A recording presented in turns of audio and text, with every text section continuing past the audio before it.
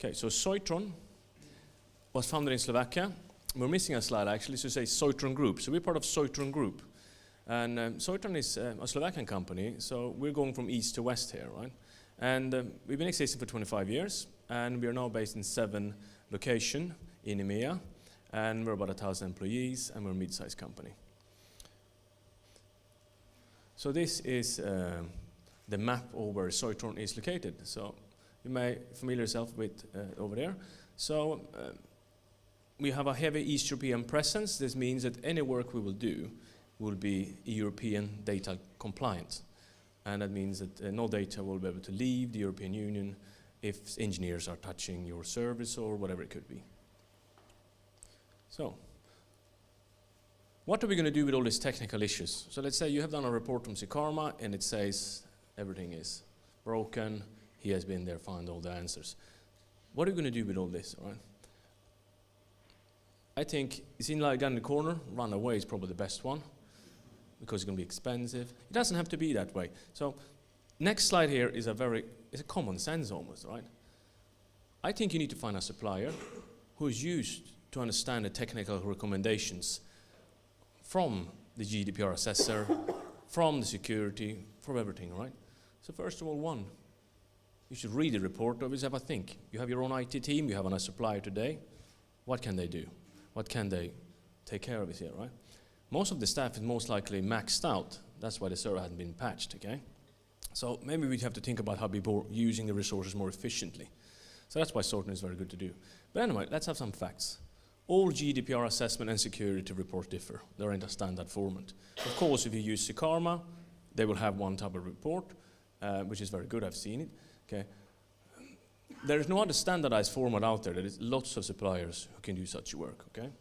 This Security Plus, I think, is very good because it helps you. And, you know, we all do tenders. And if you don't have that little stamp, then obviously you may not be selected. So we should all do that one. We're in partnership with Secarma. So if you're using their services, they will assess you. They will come with recommendations. Some things you fix yourself. Something will be done probably by Secarma. If there is things that you personally need help with, we are geared up to step in to kind of add a competitive offer together with the rest of the suppliers. Now, there's an advantage to work with our suppliers that familiar reports. Why is that? Because it's easy to understand all the fixes, recommendation, what is industrial standard to mitigate those issues, right? So let's keep it true. You need to have reasonable costs. This shouldn't be too expensive. Get quotes and get a job done. That's our recommendation here. Now we're going to go to something more interesting. Digital footprint. Ian is going to touch more about this, but you have all this data all over the place. I made some pictures there. Some you have in the cloud. Everything should be in the cloud. You may have it in the filing cabinet. You have it on the server. There's something in the house. And they're a little bit everywhere, depending on where your offices are. But all those departments have data that is affected by GDPR. So I want to talk to you about how to go to storing everything in the cloud. You heard this a lot of times. It's like GDPR. It's a bit boring. It's cloud all the time, GDPR all the time. But cloud is a happy cloud. I think UK Fast has an analyzing cloud here as well. That's good, right? So if you move things to the cloud, it's become easier. It's sometimes easy people to work when you do normal business. So you can centralize all your data. It's reliable. If you use Amazon or UK Fast or any cloud provider, it's reliable. It works. It should reduce your cost, globally accessible, easy to audit. So when there is an issue, if you have everything in one place, then it's easy to audit. So digitalize everything will be a really good idea. Now that may open up, you may think filing cabinet is more secure. It might be, and I guess that's what Paul could explain for you later another time, right? Improved IT security, the whole thing should be patched and maintained, and you would assume that a cloud from a professional provider is very safe, okay? Now, I help people go to the cloud for many reasons. And I got a problem, so I'm going to tell you a little story here. So I needed a solution how to help people go to the cloud. Okay, and it's difficult. Sometimes you have Mike has lost the manual, John has left the company, you haven't patched the financial system because there was a reason for it. Everything is a little bit everywhere with your IT in general, even if you have your IT director or manager says that's not the case. And just to swing it into the cloud, it doesn't work like that. So we had this problem. We need to increase predictability on time and budget. Because if you're going to move 100 servers or 1,000 servers, you want it to be on time, you want it to be kind of on budget. Because it's, with every project, you can read in newspapers, it's always extra money, budget, time, never on time. So that's what I need to do to my customers. I need to reduce the complexity and technical dependency. I didn't want 5, 16, 3, 4, 5 tools to do this move. Because there are free tools out there you can use. There's many ways to do it. But I need to get this to be less complex. And then I need to increase scalability because I have my staff. I want them to be as busy as possible. And I need to do a lot at once. And everybody wants to get the cloud faster. So I found a solution for this, all right? And it's been a good idea. So it's called Micro Focus Plate Spin Migrate. Now we're going to do the hand. Do you know who Micro Focus is? Anybody here? No? Okay. Micro Focus is the biggest IT company in the UK today, right? So it's a British company, British product, and they have recently merged with HP Software. So now they are the 7th largest IT company around the world. So Plate Spin Migrate, what does it do? It's a powerful multi-platform server portability solution. Okay, yeah, right. But it helps you move from A to B. How does it work? So it's called a workload level. So the workload is anything that is on the box.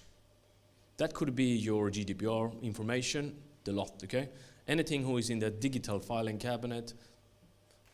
So it will just not modify your content, because when you're moving to the cloud, if you're going to reinstall everything, modify it, it could be something missing. So there's many reasons for this, but basically it teleports over everything as a workload. Now, what does it do? You can move to the cloud. You can move to physical to virtual. Everybody doesn't want to be in the cloud. There's lots of companies here in this room who doesn't want to store your data on the cloud. So you may have some virtualization. You may have another data center. You may, in some way want to go back and forward. What it doesn't do, we don't play with the operating system. We don't play with applications. It just moves it to the next application. So it's almost like a little teleport into the next location where you think it's better based on GDPR assessment and security recommendation where you're going to keep your stuff. See, next one. Thank you. So, there were a few technical people in here. You know that you're not allowed to test on production, even if that's what you want to do. But in this situation, you can test on production.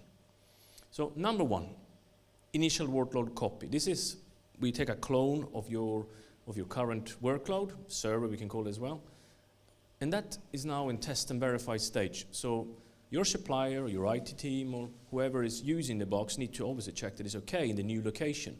So this will now be in UK Fast Cloud, let's say. And you have an exact clone, so you can test how your IT would work in the new location before you commit to press the button to go live. And that's as close as you can get. Now, number 3, incremental sync. This is a bit tricky if you have big data, but it's all possible. It keeps it up to date. So you still continue to run your business as usual at stage number 3 while you're testing number 2, and it keeps it up to sync. So when you're going to go on a weekend, you're going to go live in the new location, the final sync may have downtime maybe about 10 or 15 minutes. And that's a huge advantage if you're going to go to another location, because you will not want to have a business outage or anything else. Now, I call this the minimize and maximize slide, okay? What do we want to do? We want to minimize downtime of any IT work in general, okay? You don't want to take anything offline, okay? You just want to do it very low downtime. You want to minimize the risk, because everybody's nervous. We're going to make this change. The computer's not going to work.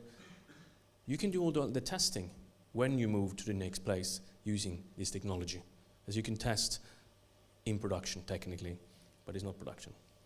Predictability. You will know exactly what time and cost is going to be to do this move. And that's a huge advantage as well. Now, minimize complexity. There's a lot of you guys sitting there thinking, we have these free tools from VMware. There's a reason why it's free. Okay, sometimes they're good, sometimes bad. But if you minimize complexity, you will actually save money. That's like that in most things. So a little recap. If you use this approach, you can reach your target in a much better way. Okay. Anybody have any questions about this technology? No. Right, now we're going to something more interesting. I call it industrialization. So there's lots of requests. Some businesses will have more of these requests, I think, than others. I want to be forgotten. Maybe estate agents, marketing companies. I don't know, you will discover yourself. If somebody calls you and say, how do you get my data? Maybe you want to be forgotten, right? So if you remember what Maggie said, you're going to have to track, you're going to have to advise. So this is a little idea of how such a system could look like, okay? Now, so you have the data to have you erased. So how are you going to handle these requests? Let's say you got a tsunami of requests, okay? There is an article in a newspaper, Daily Mail is written, how everything is bad, and suddenly I'll start calling your... So you can use various ITSM technologies to stay compliant and provide an audit trail. It doesn't have to be. Most of you guys have such system, or if you don't, you can always request it as a service.